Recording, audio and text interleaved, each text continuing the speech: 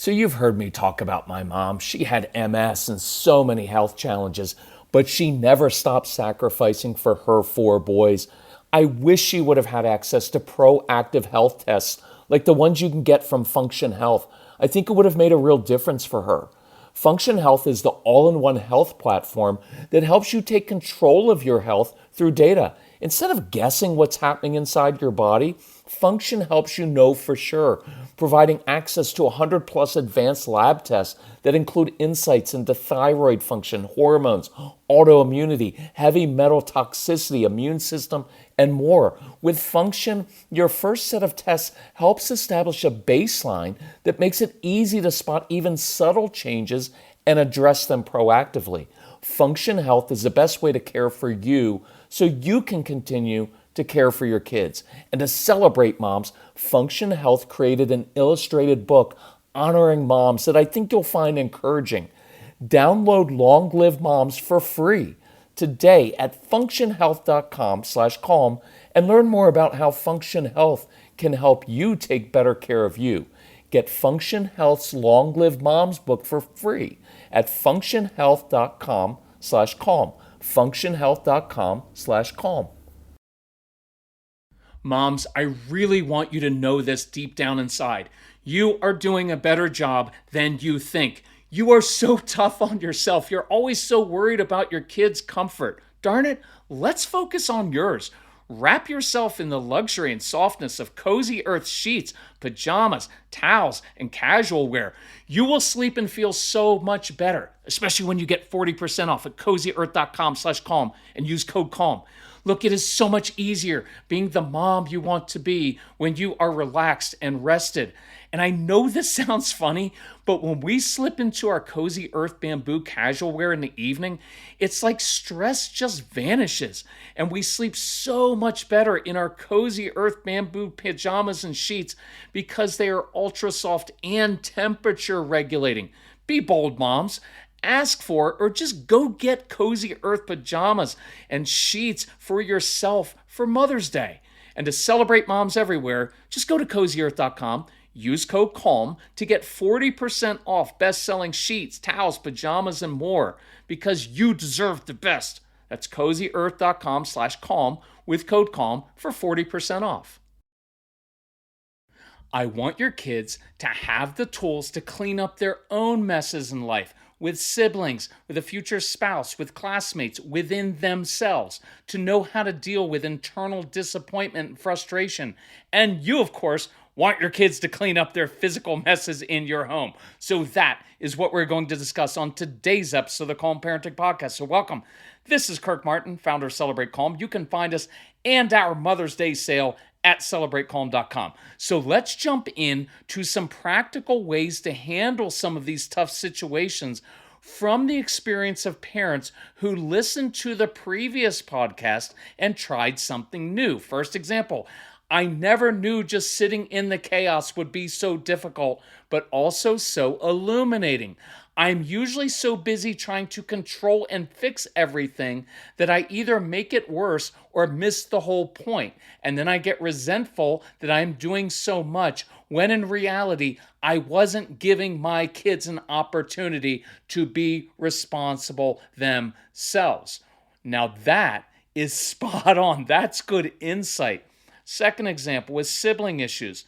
When my kids are going at each other, I normally break things up and send them to their respective rooms. But one day I walked into the living room and sat, and I used your script from the Stop Sibling Fights program and handed responsibility to them, saying they could continue to be irritated and miserable, or they could solve it themselves. I grabbed a snack, went into the kitchen, and actually sat. I heard them begin working it out themselves, and then they asked for help. It was probably the first time we have ever really problem solved. Look, it won't always work that easily. Sometimes kids are physically beating each other up, or there's underlying resentment that's causing conflict or something deeper. And if you have our programs, listen to the Sibling Fights one with your kids or make them listen. Or listen to the two podcasts from July 2024 on sibling squabbles and social skills, so you can show your kids how to begin solving problems themselves. Third example, one more, and I hope this doesn't trigger you. Tantrums. Kirk, I have little kids who throw tantrums and whine a lot. I've been so angry and alternated between blaming them for being ungrateful, right? And she said, I know you hate those lectures, and so do my kids, about being grateful. I alternated between blaming them for being ungrateful and blaming myself for not teaching them better. After I listened to that last episode, I realized I was making the tantrums and whining worse by giving so much emotional energy to them. So I made that switch, finally, that you talk about. Your moods do not determine my mood. We've cut the whining and tantrums in half in just a few days solely by changing myself. Well done, Mom. Well, many of you are fixated on getting your kids to clean up their physical messes, so I do want to focus on that for a bit. Then we'll end with defiance, teen issues, and emotional messes inside. Okay, physical messes in the home. First, this is normal. It would be weird if your kids cared about keeping their rooms in your home as neat and orderly as you do. Just like it would be weird for my son as a tween or teen to be as meticulous about lawn care as I was. When you're a kid, you have 100 other priorities and things you'd rather be doing than cleaning up. It just isn't a priority, so you're not alone. Plus, personally, I don't want kids to be a neurotic mess like many of us are. Number 2, control your own anxiety about your child's future. If you are a good, conscientious parent who loves their child, which you are because you're listening to a parenting podcast, then you have this reasonable fear. You're anxious that if your child is a slob or disorganized as a child and you don't correct and teach him or her properly, they will grow up to be a disorganized, slobby adult. And that will mean that you will fail to raise them properly. And it may mean that no one will marry them or hire them. And there's legitimate fear and anxiety over this. While that may seem like a reasonable fear, it simply is not true that a messy kid grows up into a messy adult. Now, if you are a hoarder or completely disorganized, this could be true because that's the DNA of your home. But I can assure you that kids change and change a lot. You've heard me say this. Casey's bedroom and bathroom were horrid when he was a kid. We actually had a little saying in our home. Hey, where was Casey? Wherever the crumbs are. He's an adult now, completely opposite of how he was at 7 and 10 and 14 and 17. He owns his own home now. Remember the idea of ownership. So when you walk into his home, you have to take your shoes off so you don't track in dirt. So the kid who seemed to attract dirt now has a clean, orderly home. So chill with your parental anxiety and don't project into the future, or you will endlessly lecture your child and it will never work anyway. There is a reason there is a bedroom door, so you don't have to walk by and see the mess. Close their door, live your life in peace. You can always say, I will come in and read to you at night or talk with you if you have a clear path for me. Number 3, let's talk the tough approach first. Now, no guarantee this will work, but it's worth a shot. I am not a huge fan of leading with tough discipline with strong-willed kids. I think other approaches work best, but you may need to reset expectations, then use the other approaches. So you could say, hey, your room can be a mess, but the living room, kitchen, and stairs must be free of Legos and clothes and stuff. If you leave your things lying on the floor in these areas, it will cost you $1 per item, or it will be donated to Goodwill, or I will collect them and hold them ransom. Now, some kids will respond well to this. Most of our strong-willed kids simply won't care. You may need to reset. Hey, I apologize for leading you to believe that I would clean up all your messes every day after you. I've done that by not asking you to do anything. That was my mistake. From now on, here are my expectations. By Saturday morning, if this is not completed, the router will be turned off, all screens turned in until your chores are completed. No screens, no friends, no playdates, no fun until your job is completed. Let me know if you need help or clarification. And then when Saturday morning comes and they predictably haven't completed what you asked, Then you just do what you said you were going to do and stick to it, even through their protests and tears, without any lectures, matter of fact, no drama, until they learn this is the new way that you roll. I think that is a perfectly reasonable way to handle this. Just make sure your expectations are realistic and that you're getting progress, not perfection. I like other approaches more, but the tough approach is an option. Now, I like this one. Give your kids some independence and space with this. Find one area where they can excel. Some of your kids may actually do their own laundry, so let them pick out a laundry detergent they like, put a hamper in their closet, and give them ownership like they're in college. And this could be when they're really young. Some of your kids may like the control this gives them. Now, don't be surprised if teenagers start a load of laundry at 11 p.m. because they forgot they needed to wash their favorite clothes for something special the next day to impress someone. Don't be surprised if some of your kids do a load every 2 weeks. Who cares? Spray them down with Febreze. Or, I know you can't do that. Stop. Or they might do a small load every single day, wasting water and detergent. Relinquish your need to lecture about wasting water or being smelly. Just be thankful they're doing their own laundry, even if you don't like the way they do it, because that's pretty much guaranteed. You and I are control freaks, so chill. But when they make progress, notice that. Hey, you being responsible for your own laundry helps me a lot. Hey, that shows me you're growing up. Your father still doesn't know how to. Just kidding. You could pay your child a small allowance for doing chores you no longer have to do. If it motivates them and alleviates work for you, determine what that's worth to you. Heck, maybe they can do laundry for their siblings in return for them doing a chore of theirs. That's how life works anyway. There's a division of labor. You may even determine, hey, you're good at this. If you take care of all the laundry for us, I'll clean your bathroom. You may have one child who absolutely loves cleaning and organizing. So maybe you pay that child, or that child charges the other sibling for doing their homework. I'm kidding. But you could do a version of this. Take advantage of this. It's how the adult world works, with people specializing in different areas and trading services for money. Now, my favorite idea actually came from a kid. I can say without a doubt, one of the best things we ever did was teach Casey how to manage money from a young age. It has made a huge difference in his daily life. That's why I'm excited that today's episode is sponsored by Acorns Early. Acorns Early is a smart money app and debit card for kids that helps them learn the value of money. You can even set up the Acorns Early chores tracker in the app and automatically send a weekly allowance to your kid's account.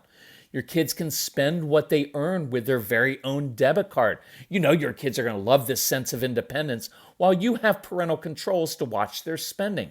Using Acorns Early is a fantastic practical tool to show your kids how to delay gratification and manage their own money. Head to acornsearly.com/calm or download the Acorns Early app to help your kids grow their money skills today. That's acornsearly.com/calm. Acorns Early Card is issued by Community Federal Savings Bank, member FDIC, pursuant to license by MasterCard International. Terms and conditions apply. Monthly subscription fee starting from $5 per month unless canceled. Okay, big news to share. AG1's next-gen formula is now one of the most clinically backed greens powders. They went above and beyond the industry standard in testing and have made a great product even better.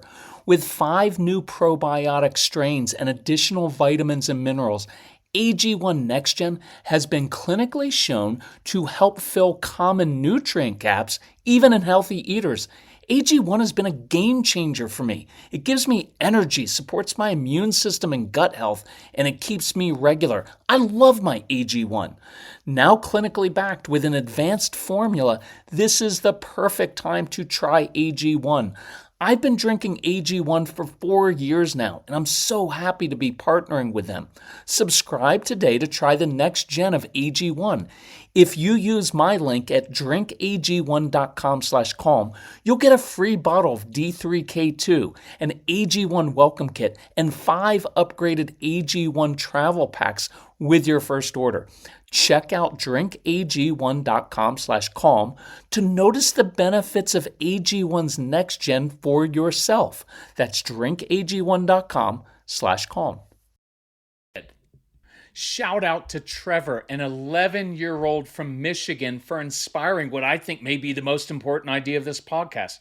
Trevor had listened to our programs, especially ADHD University, and told his parents, "Now I understand why I struggle with organization, memorizing facts, and forgetting things. My brain is so focused on coming up with ideas and seeing patterns and being creative, and my brain feels like it's constantly swirling with thoughts, and so I struggle with feeling disorganized in my brain." Look, I want you to teach your kids how their brains work. Normalize their strengths and weaknesses. Ask your kids if this is how it feels for them. Be curious about that. You're not accusing them, just being curious. So, Trevor started using his ability to see patterns and problem solve to help with this. He now leaves post-it notes where he will see them as a reminder to do little things.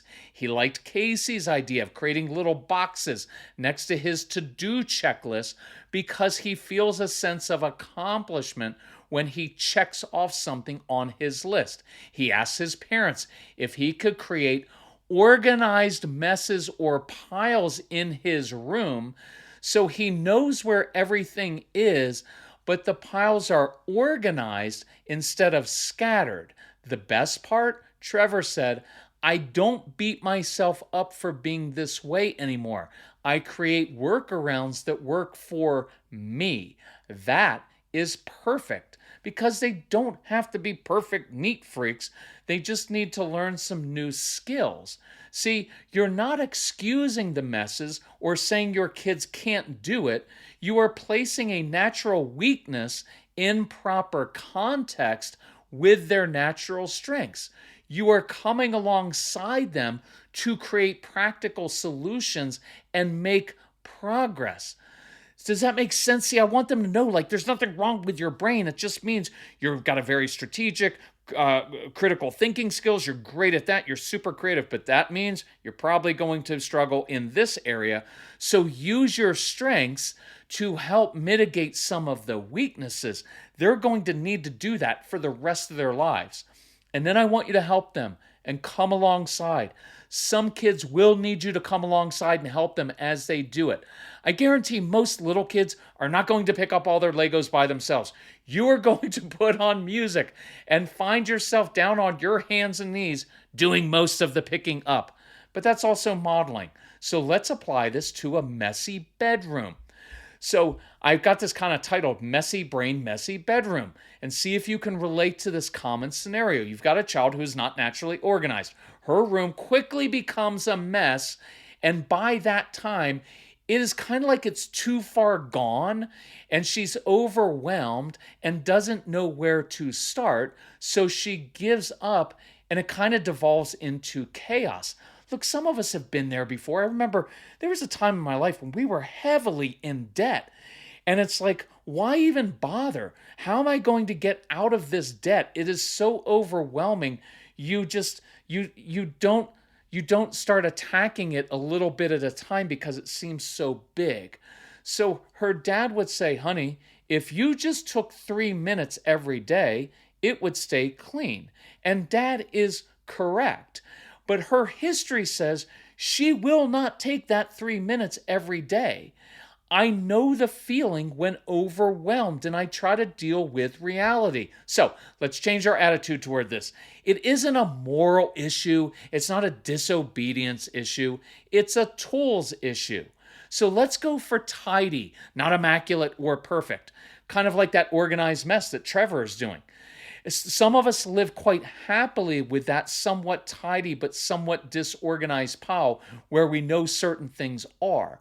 I want a reasonable goal for a kid like this. Provide baskets she can throw things into, big baskets, maybe a basket for dark clothes and one for light clothes, a basket for anything with paper, books, papers, bark from a tree, because that's what a lot of our kids collect, a basket for personal items. You could put masking tape on the floor with 4 quadrants. Each quadrant holds a different kind of item. Make it easy, make it visual. You could try this. I love this a lot. Let's go in and happily do a good, not perfect job, organizing her room and cleaning. That means you're actually doing it this time. So we get a good baseline. And then you take a picture of her room before and after you organize it. And you can hang those pictures on her wall. See, sometimes that visual can be extremely helpful. She may even look at it as a guide, and she'll know what an organized room looks like. You could make a video of how to tidy up. It could be a fun way to show her exactly how to tidy up with 5 steps in 5 minutes, because a lot of our kids like video. Again, it's a kind of a neat little idea to use their strengths. And I want you to turn this into something you bond over. And instead of expecting her to do this on her own for 3 minutes every day, make it a bonding time together. Dad, play some music she loves when you walk into her room. Most songs are about 3 to 4 minutes long. So you can say, hey, are we going to do a 1-song clean or a 2-songer today? Make it fun. Come alongside her, then give her a hug and leave the room, even if you did most of it. I can tell you one day, this will be a distant memory, and you will regret hurting your relationship over things like this. Now, here's a cool one. Put a dustbuster in the bedroom. It's a small thing to use very quickly, and it's right there. There's no way a kid is going to drag a big vacuum up and down the stairs. But if it's right there, your child is more likely to use it because you can get a lot done in under 60 seconds. Place a cleaning caddy under their bathroom sink. This is a really important insight with kids and adults who are impulsive and have symptoms associated with ADD. It's super helpful to have everything needed right there. Look, I'm going to share my experience as a grown adult. I'm responsible for some of the cleaning in our home. There are times when the mood just hits me to clean the bathroom, and I want to do it then, right then, or that feeling and desire can fade pretty quickly. Years ago, I would look under the vanity for cleaning supplies, but if they weren't there, and then I had to scavenge all over the house for paper towels and different kinds of cleaners and sponges and gloves, I wouldn't do it. So I learned to reduce the resistance. I learned to reduce the resistance to these things and create a cleaning caddy with everything I need. And it's always right there. So when that moment hits and I feel like cleaning, and that's how it works for me, I can just do it. And I get it done really quickly because people like us, ADHD type people, we work on momentum.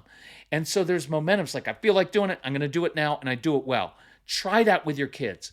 I want you to remember to praise for progress.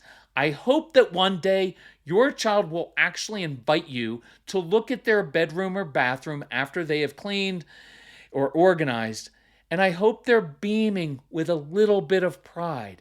Please bite your tongue. Do not point out what they missed, how they could do it better. Honey, let me show you this. At least not the first couple times. Praise for progress, even if you're cringing inside. Over time, you can say something like this in passing, but not the first few times. Oh, I learned this one little tip a couple years ago. And then you move on to something else. You just plant a seed.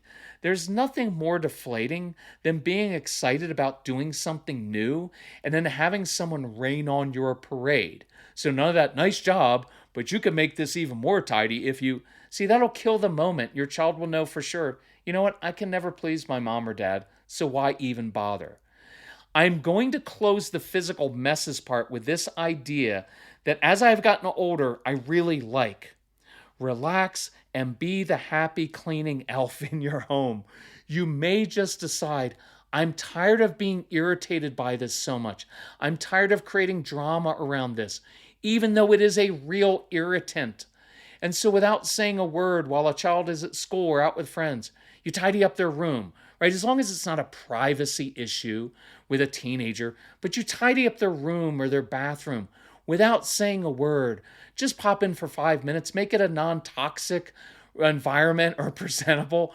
No lectures, no resentment. Everybody's a little happier without all the stress. I like that idea. I know I shared that in the last episode, but I'm doing again because some of you need to do that. Now, what about emotional messes? Most of the podcasts deal with this already, but here's how we apply sitting in it to your child being disappointed or frustrated. Just try it sometime. Walk into a room, sit down, and don't try to fix it or make it better. Validate with intensity. Oh man, I hate when that happens. Or that's really frustrating when you have an idea and it doesn't turn out the right way. Just begin there. Notice your child's response. Then you can get up and say as you walk away, hey, I need you to use the bathroom. I need to get something from the basement. Hey, when I get back, let me know if you want to try to problem solve together. Then you give them some space and time to process their frustration and disappointment. Just try that without fixing it. Now, your child has some attitude, is talking back, is hell-bent on prosecuting his or her case. Try sitting down and coloring. I do love that. And just say matter-of-factly, hey, that tone, not going to work well for you. But I bet if you grabbed a crayon, pencil, and sat with me, I bet we could figure this out. See, with a really upset child, you'll need to use something more physical. Remember, motion changes emotion, something sensory. But try the coloring sitting idea just to make it a new habit. See, you're stepping back from trying to control and fix everything and make it all better.